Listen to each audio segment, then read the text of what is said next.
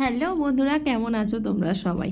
সকাল 4:30টার সময় ঘুম থেকে উঠেছি একটু হাঁটতে যাব বলে, শেষমেশ কোনো কিছু না করে ঘুম পেয়ে গেছে, আবার গিয়ে শুয়ে পড়েছি।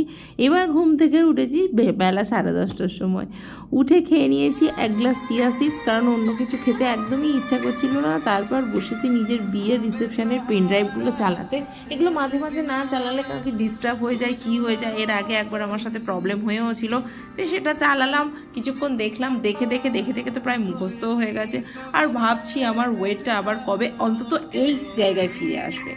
তো সেগুলো দেখছিলাম আর পুরানো কিছু স্মৃতি মনে করছিলাম। আর ইকরাম করছে ওদিকে দৌড়োদৌড়ি খেলা, সে তো কোনোভাবে বসছেই না, রোদের মধ্যে একবার দৌড়োতে যাচ্ছে, তাকে আবার টেনে এনে বসাচ্ছে। আর আমার তো কোনো কাজ বাজ নেই, তো আমি বসে বসে দেখছি। আর বাইরে প্রচণ্ড রোদ উঠেছে, স্নান করা হয়ে গেছে, একটু পরে লাঞ্চ টাঞ্চ করে সোজা যাব ওপরে, কারণ এখানে তো আমার কোনো কাজ বাজ নেই, তাই বসে বসেই বোর হচ্ছি।